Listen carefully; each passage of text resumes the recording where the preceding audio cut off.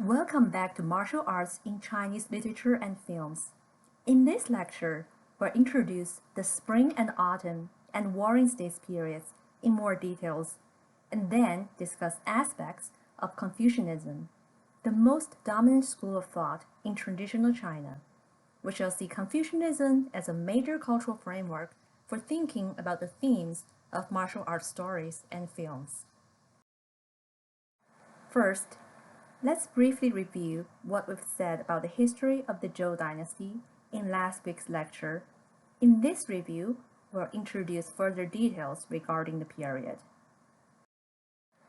We have mentioned that the Zhou dynasty was founded by King Wen and King Wu. Under the tyrannical rule of the last king of Shang, King Wen established a model of governance based on ritual and benevolence. After King Wen's death, King Wu launched a military campaign that overthrew the Shang dynasty. After the victory, King Wu founded the Zhou dynasty in the year of 1046 BCE and established his capital in Haojing, the location of which is in China's most important historical city, Xi'an, in Shanxi province. Zhou dynasty sources explain this dynastic transition as a fulfillment of the mandate of heaven due to King Wen's virtue. King Wu concealed weapons afterwards to express his resolve to continue to promote the culture of Wen inherited from his father. The performance of rites and music at solemn ceremonies, or Li Yue, was an essential part of the Zhou culture of Wen. We can still sense this culture from the magnificent ritual bronzes left from the era. Whereas we have covered all this information, what I'd like to further add here is that after the founding of the Zhou dynasty, King Wu adopted a political system of enfeoffment through which he appointed his relatives and generals as lords or zhuhou and gave them the authority to rule the territories outside the capital Haojing. These lords typically had aristocratic titles such as gong or duke, and their territories are referred to as states or guo in Zhou dynasty writings. In the context of early Zhou history, these terms indicate an enfeoffed state rather than an independent country. All the lords pledged allegiance to the king of Zhou, paid taxes and tributes to the royal court, and provided military services when the need arose. In Chinese, this system of enfeoffment is known as Fenfengzhi or Fengjianzhi. Fengjian, in the 20th century, became the term to translate the concept of feudalism in Chinese. This was because the Zhou system of enfeoffment or fengjian is quite similar to European feudalism during the Middle Ages.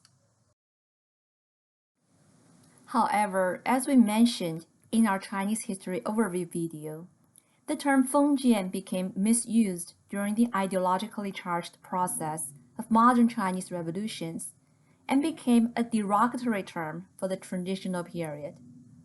As we see here, Fengjian in fact refers to a very specific system of the early Zhou dynasty.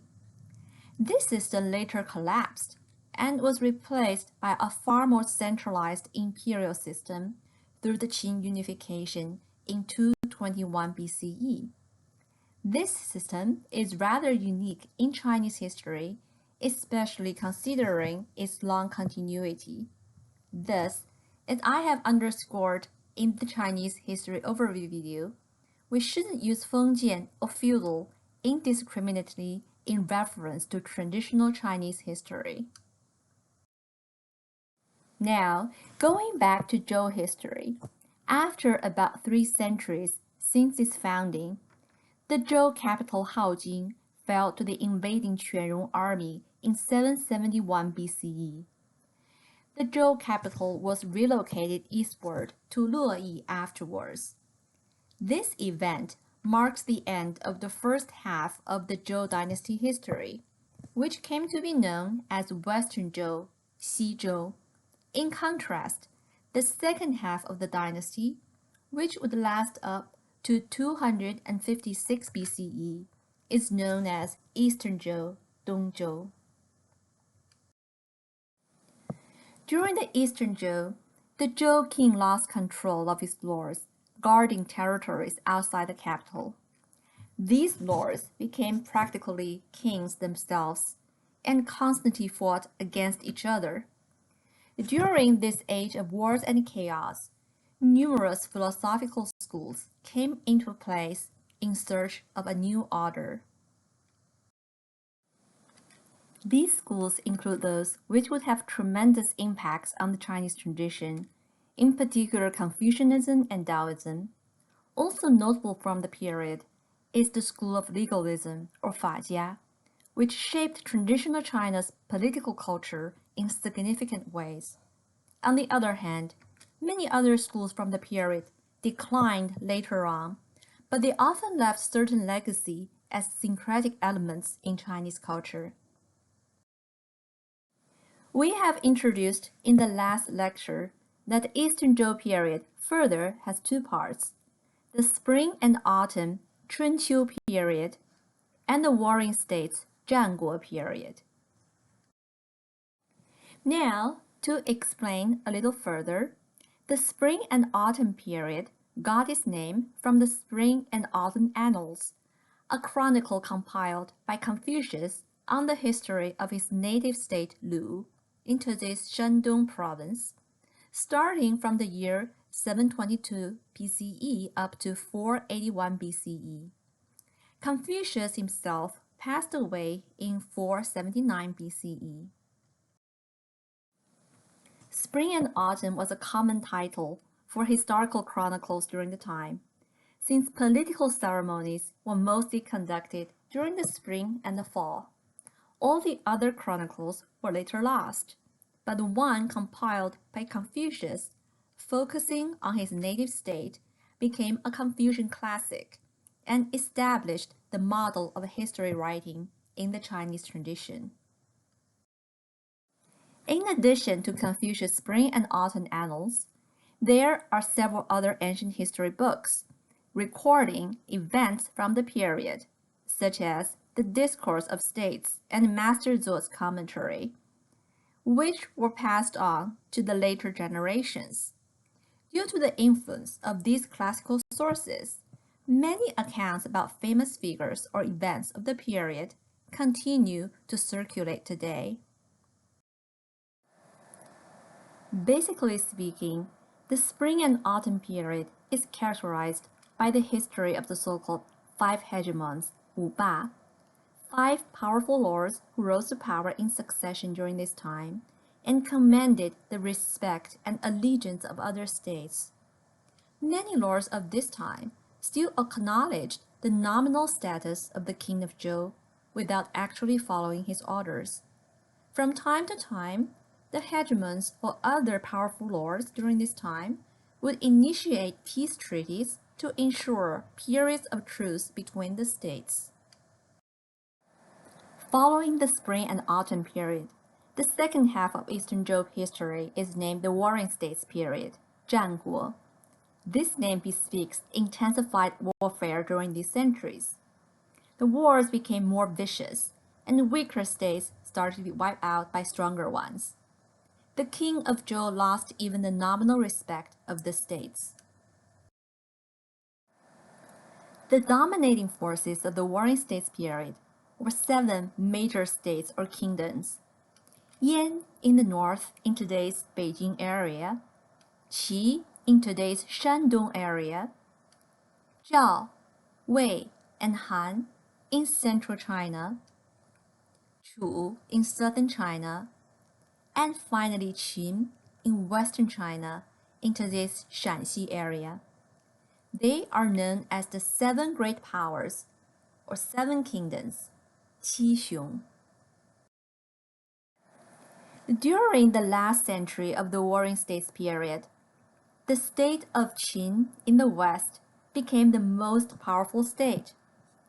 All the other states had to decide their diplomatic strategies based on their relationships with Qin. That is, either forming an anti-Qin policy and form a coalition of resistance with the other states as the vertical alliance, or forming a horizontal alliance with the Qin state. As you already know, the state of Qin eventually conquered all other states and unified China in 221 BCE. This major event in Chinese history is the historical background of the film Hero, 英雄, which we will watch soon. After this historical overview, let's move on to introduce the main ideas of Confucianism, since it's impossible to discuss any topic related to Chinese culture without an understanding of Confucianism, the most dominant school of thought in traditional China.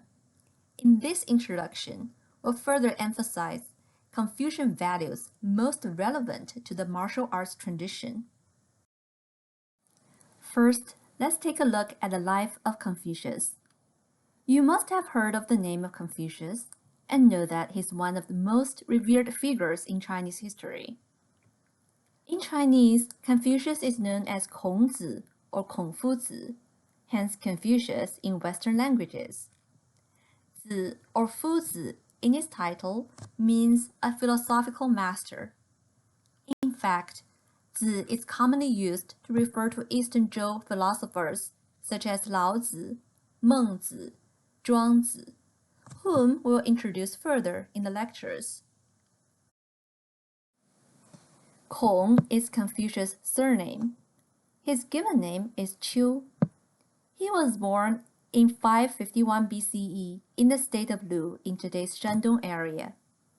His father came from an aristocratic clan, and his mother, who was about 40 years younger than his father, was a concubine rather than the principal wife.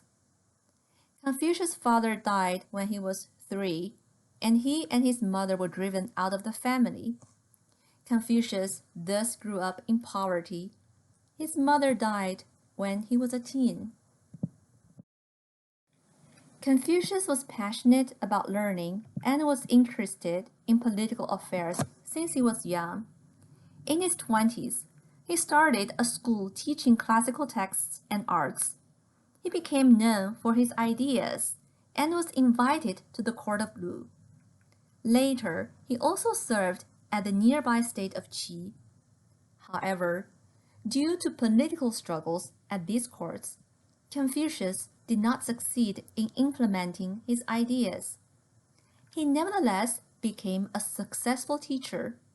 According to historical sources, he had as many as 3,000 students, including 72 worthies who were especially important to the spreading of his teachings. In his 50s, Confucius began to travel to other states with some of his disciples. These tours lasted 14 years. Confucius and his disciples experienced many ordeals in the process, and he failed to secure stable political patronage at the courts he visited. Failing to realize his political visions after a decade of effort, Confucius ended his tours when he approached 70. He returned to his native state Lu, focusing on education and arranging ancient texts.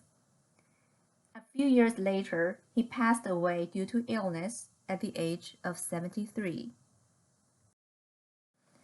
As we can see from this brief biography, even though Confucius was definitely a well-known scholar during his lifetime, he was by no means a culturally dominant figure. Rather, he experienced many trials and tribulations.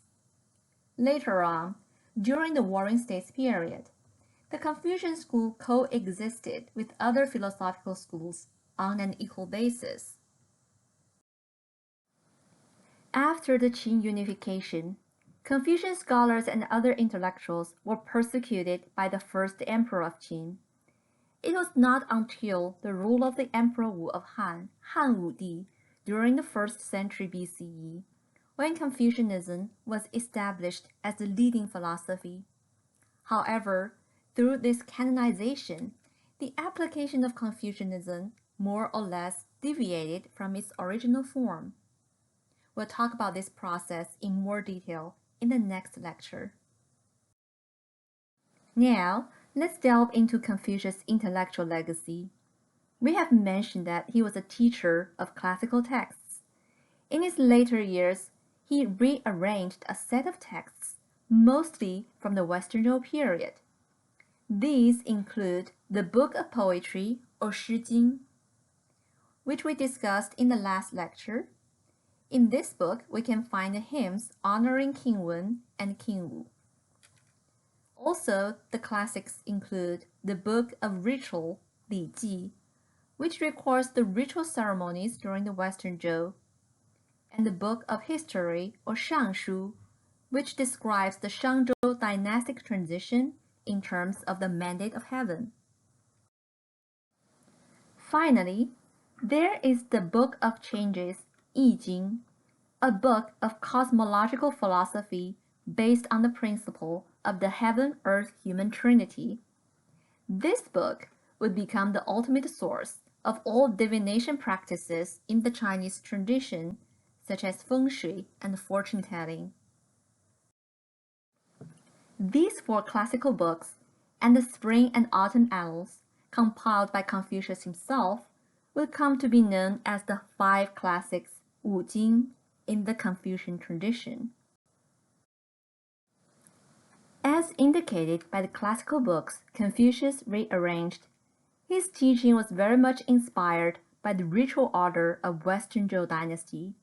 Indeed, among scholars of the Confucius school, the Western Zhou was a golden era of peace and order, and early Zhou kings such as King Wen and King Wu were ideal leaders, or who they would refer to as sage kings, Sheng Wang. A very important book for passing on Confucius' teachings is Lun Yu, or the Analects, a translation that means selected sayings. This book was not written by Confucius himself, but by his disciples as a collection of his lectures and sayings. This book is mostly consisted of short quotations, which often start with the phrase 子曰, the master said, that is, Confucius said. Whereas Confucius aimed to revive the ideal ritual order of Western Zhou, he also invented many new ideas or created many new emphases in his interpretation of ancient teaching. The most important of his inventions is the idea of moral self-cultivation. Simply put, this idea means that everyone has the potential to improve themselves toward moral perfection, as long as they have the resolve to do so. Throughout this course, we'll revisit this essential Confucian concept, since it also lies at the core of the martial arts tradition.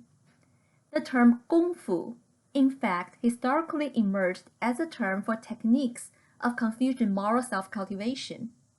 It literally means the time and energy required for learning and self-reflection.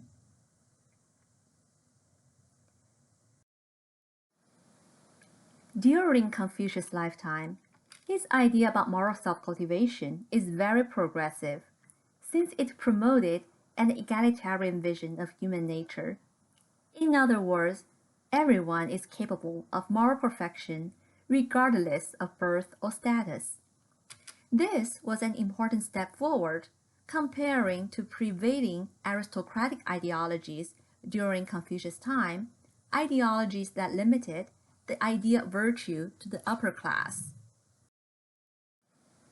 In fact, if we think comparatively, the ideological linkage between status and virtue subsisted in European history through systems of aristocracy until the early modern and modern times, that is, until the long sequence of changes that took place from the 15th to the 18th centuries, from the Renaissance and beyond.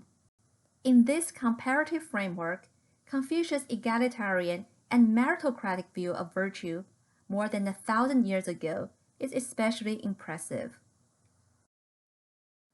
Yet, as you may be aware of, Confucianism, similar to ancient philosophies elsewhere, has a deeply patriarchal, sexist bias. The default person in this moral theory is almost always male. Women, on the other hand, fall into two basic types: either a domestic wife limiting her life to the household, or a bad woman who seduces and misguides men, especially a wanton consort who leads the king astray. We'll look at this gender bias further when we talk about the image of the lady warrior and the film Crouching Tiger, Hidden Dragon. The Chinese term to describe the morally cultivated person, or rather the morally cultivated man, is 君子. This is a very interesting term, since Jun means the sovereign or the king, and 君子 originally meant a minor sovereign, so a nobleman or a lord. However, through Confucius' reinterpretation, this term was used to refer to a man of moral cultivation. That is, whether a man is a 君子 or not is defined by his character and behavior rather than his birth and status. Unfortunately, there is no unified English translation for the term 君子. In translations of classical Chinese texts, you may encounter this term as the superior man, the nobleman, or the gentleman. All these translations, I have to say, are mistranslations, since they do not convey the sense of moral cultivation that is the most crucial to the Confucian definition of a 君子. They'll also build to the misunderstanding that the 君子 status is determined by birth, similar to the case of European nobility.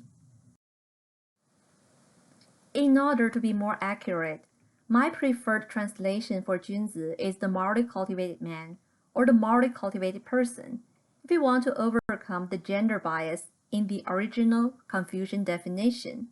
In fact, women across Chinese history have strived to claim their 君子 status one way or another.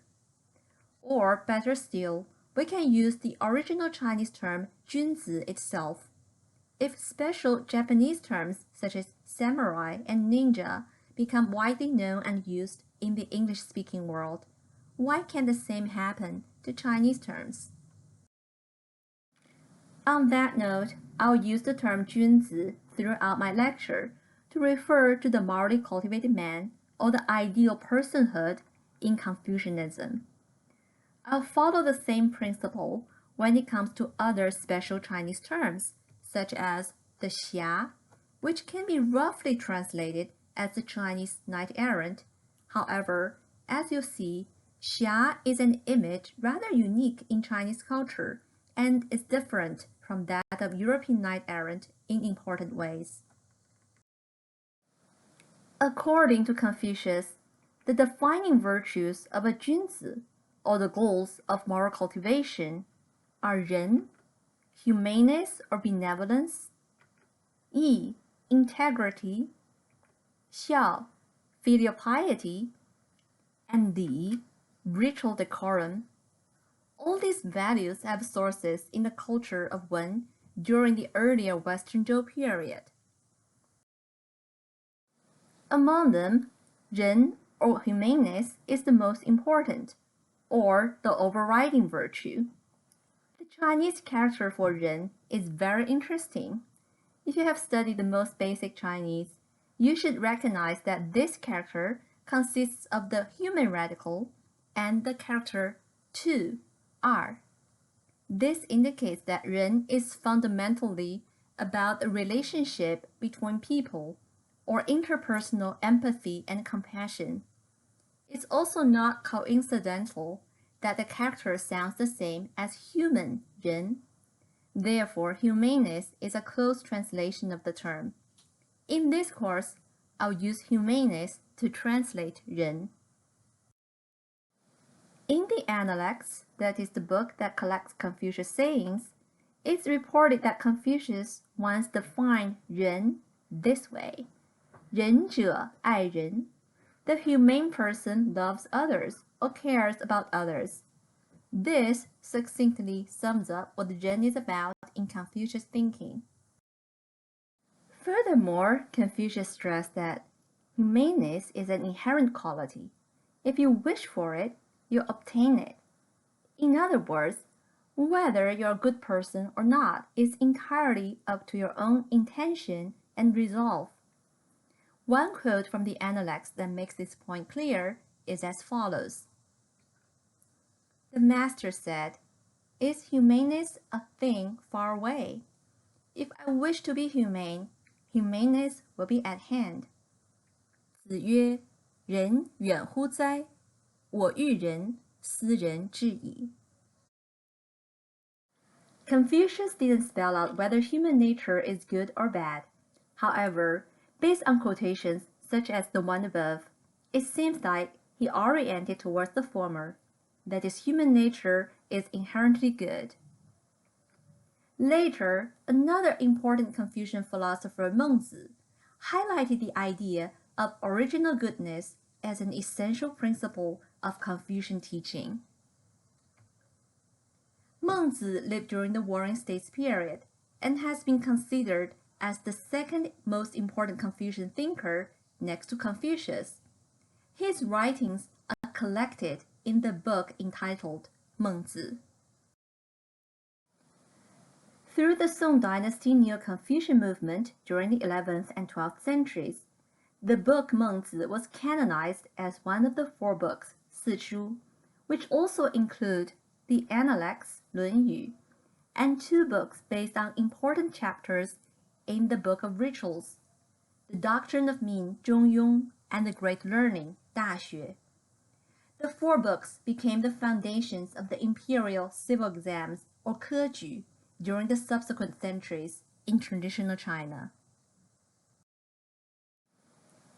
In Meng's theory that became extremely impactful on later Chinese thinking, the goodness of human nature can be testified if we conduct a simple thought experiment. That is, if we imagine an impending disaster befalling on an innocent child. In Mengzi's words, all men have a mind which cannot bear to see the sufferings of others. My meaning may be illustrated thus. Even nowadays, if we suddenly see a child about to fall into a well, we will without exception experience a feeling of alarm and distress. They feel so not as a ground on which they may gain the favor of the child's parents, nor as a ground on which they may seek the praise of their neighbors and friends. From this case, we may perceive that the feeling of commiseration is essential to man, that the feeling of shame and dislike is essential to man, and the feeling of modesty and complacence is essential to man, and that the feeling of approving and disapproving is essential to man. For Mengzi, these essential moral feelings are all within us, and are what will lead us to moral perfection. Then how do people become bad? Mengzi reasons that it happens when one loses their original heart, or the true heart, 本心. It should be pointed out that the heart, or 心, is associated with the mind in the Chinese intellectual tradition, as the site of both feeling and reasoning. So we may call it the heart-mind to be more precise.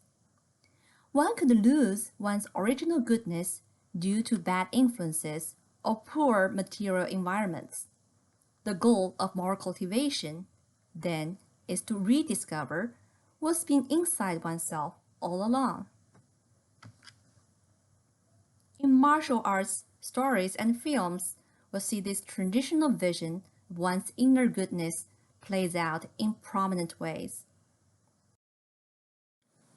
Another important Confucian concept that resonates with the martial arts tradition is that of integrity, or yi. The idea of yi, or integrity, is often paired with ren, humaneness, as ren yi. Oftentimes, English writings translate this term yi as righteousness, or rightness, or sometimes justice, but I don't think these are good renderings of the Chinese idea.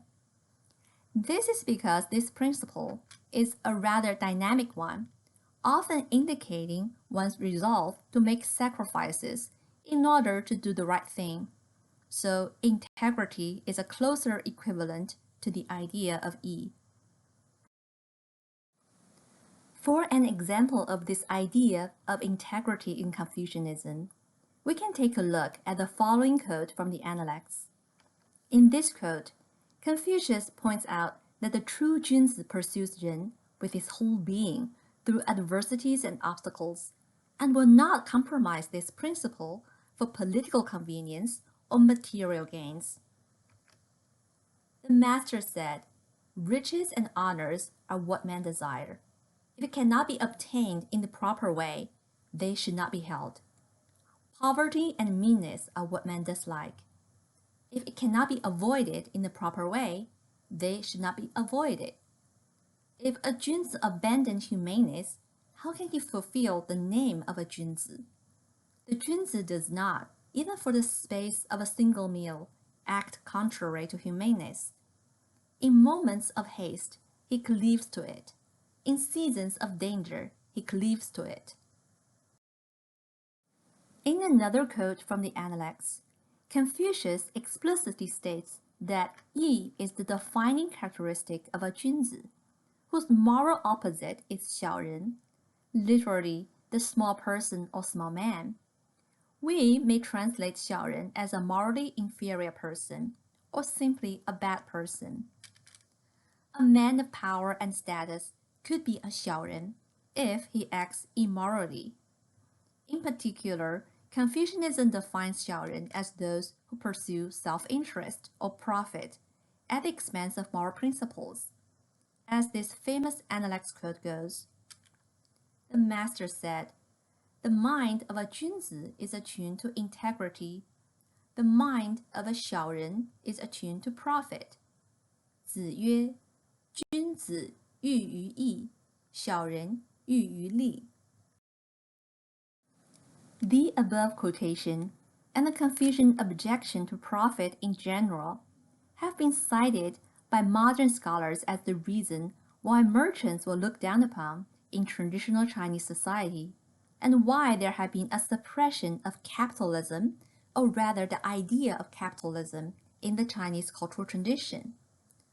On a more general level, the anti-profit orientation in Confucianism also raises questions regarding the legitimacy of self-interest, or whether there are legitimate forms of self-interest or desire.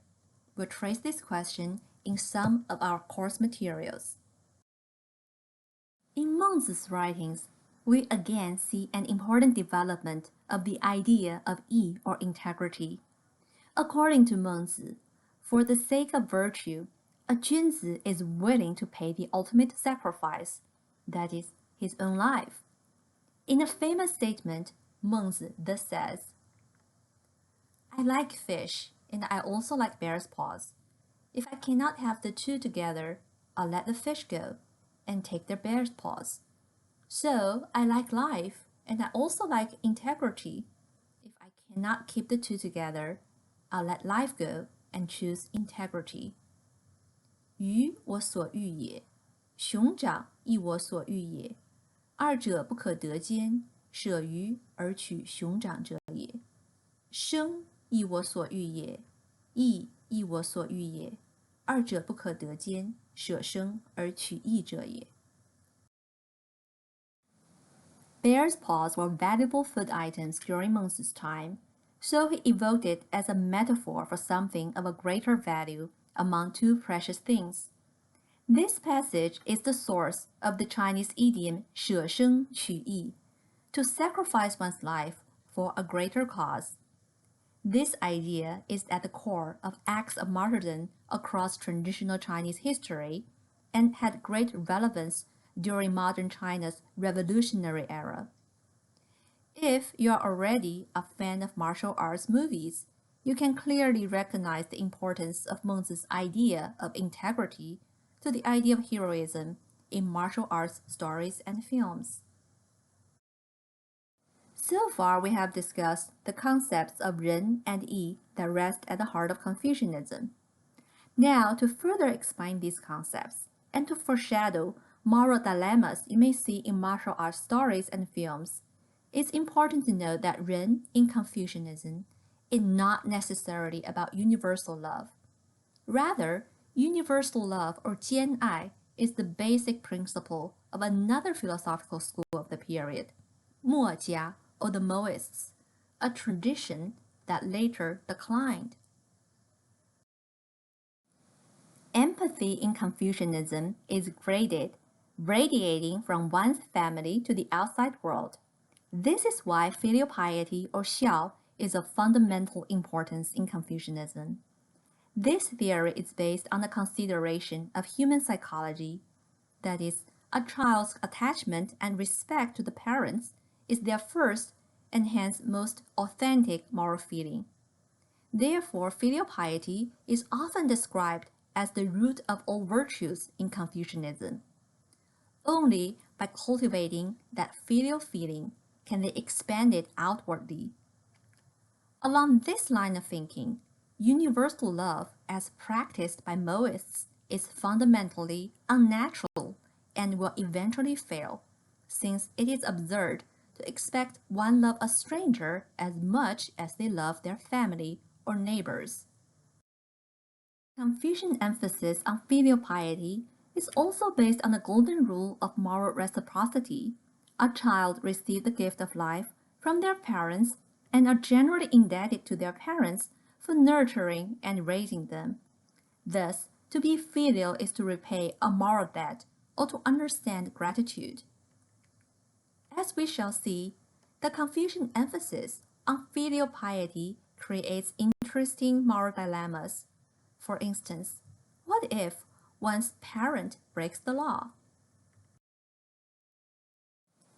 For that, there's a famous account in the Analects. Let's read it first.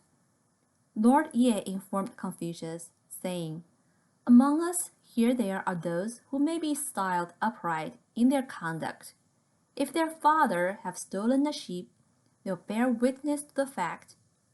Confucius said, "Among us, in our part of the country, those who are upright are different from this. The father conceals the misconduct of the son, and the son conceals the misconduct of the father. Uprightness is to be found in this." Confucius' response may look shocking from a modern perspective.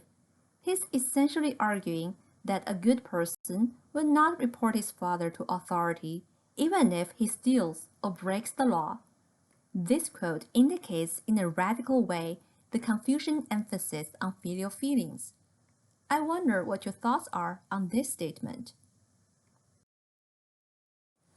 In Confucianism, filial piety and other important interpersonal or social relations became the five cardinal relations, 五伦.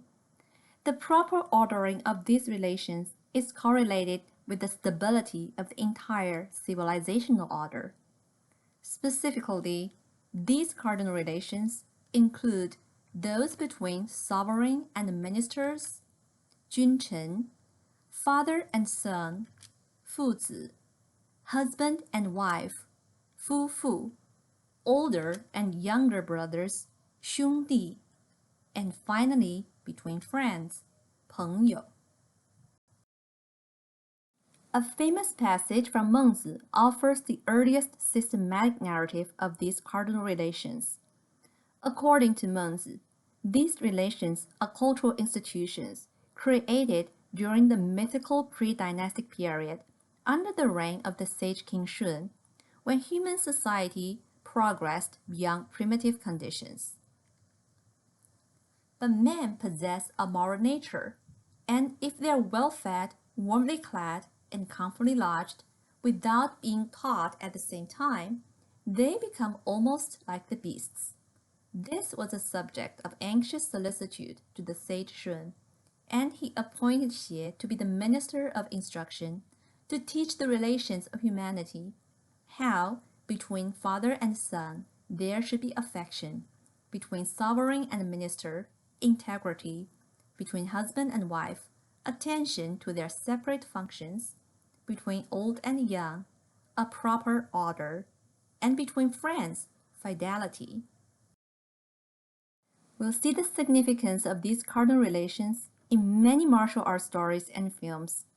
Furthermore, even though the master-disciple or Shitu relation is not listed as one of the 5 cardinal relations in classical Confucian writings, we'll soon see that it's a central theme in the martial arts tradition and often resembles the father-son relation. Moreover, students in the same martial arts school often treat each other as siblings and follow moral codes that determine the relations between older and younger brothers. Also, we need to introduce the topic of filial revenge you'll see frequently in martial arts stories. Interestingly enough, despite its emphasis on benevolence, Confucianism has an eye for an eye philosophy regarding crimes and murders. In fact, Confucius once said, "If you repay wrongdoing with kindness, then what can you resort to for repaying kindness? Treat wrongdoing with justice, and treat virtue with virtue. 以德报怨，何以报德？以直报怨，以德报德." Moreover, this reciprocal principle is imperative in the case of the murder of one's father. A proverbial statement by Confucius asserts that one should not bear to stand under the same heaven with the murderer of his father, 杀父之仇，不共戴天, indicating that he must take revenge. Statements such as this do seem to encourage vigilante justice, which we'll see as a prominent theme in martial arts literature and films. Oftentimes, this theme is coupled with a political or social critique against a corrupt government or those in power. In some cases, we'll see interesting conflicts between this moral code and principles informed by Buddhism, modern perspectives on law and order, or Christianity, which orient towards more universal forms of compassion or justice. We'll look out for these patterns later on in the stories and films we'll cover. Now let's continue to talk about the principle of Li, ritual decorum. This is probably the best-known aspect of Confucianism in the modern West. As a system of order and hierarchy, a system that commands the subordinates' obedience to the superior and the young generation's obedience to the elders. Whereas this vision is to an extent true, by the other principles we have introduced so far, we may see that Confucianism is far more complex than a flat picture of peace, order, or strictly hierarchical relations. To parse this complexity, we may say that Li is fundamentally an ideal order, assuming that everything goes right. We have mentioned that this ideal has its root in the Western Zhou culture of rites and music, which in Confucius' nostalgic vision is a golden age of peace and order. However, by Confucius' time, this ideal order has long collapsed, so he's surely aware of the gap between ideal and reality. Li, in this context, implies the code of behavior everyone should follow to create an orderly and harmonious society. For this ideal to work in reality, those in power should act properly.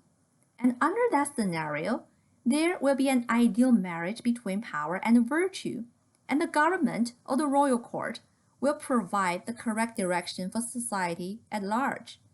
Thus, according to a well-known quote by Confucius, the master said, "He who exercises government by means of his virtue may be compared to the North Polar Star, which keeps its place and all the stars turn towards it." However, Confucius was fully aware that not necessarily all leaders act as the North Polar Star, and status alone is not a guarantee of virtue. In fact, in his view, it's hypocritical to practice rituals or assume the ceremonial roles coming with one's status without actual benevolence and virtue. Thus, in his words, if a man has no humaneness, what has he to do with ritual decorum? If a man has no humaneness, what has he to do with music? 子曰：人而不仁，如礼何？人而不仁，如乐何？ As a matter of fact, having been rejected and even persecuted throughout his political career, Confucius felt that he was living in a dystopian age, wherein the voice of a virtuous man was rarely heard. After another experience with political rejection, Confucius thus addressed his disciples. My friends, why are you distressed by your master's loss of office? The world has long been without the principles of truth and right. Heaven is going to use your master as a bell with its wooden tongue. Here, a bell with its wooden tongue, or 木铎, refers to the instrument a Western Zhou official used in the past to announce court edicts to the populace. Comparing himself to heaven's bell with its wooden tongue, Confucius indicates that he is announcing the edicts of heaven without necessarily serving any particular government. By this quotation, we may observe that there is an anarchist apocalyptic vision underlying Confucianism. Confucius saw himself as a prophet of sort for heaven, and his means to carry out his mission are education and writing. We'll see the same anarchist apocalyptic vision in many martial arts stories, whereas there's also an emphasis on the importance of education and individual agency. The hero's missions are often manifested in more radical, violent, and self-sacrificial forms. To a certain extent, we may say that martial arts stories tend to play out in more extreme and tragic ways the Confucian values of integrity, filial piety, and cardinal bonds. Let's keep this in mind and trace this pattern further when we encounter these stories. Here we come to the end of this lecture. Next week, we'll introduce Taoism and legalism as well as the beginnings of Imperial China. All these will appear as important backgrounds in the first film we watch, Zhang Yimou's 英雄 Hero from 2002.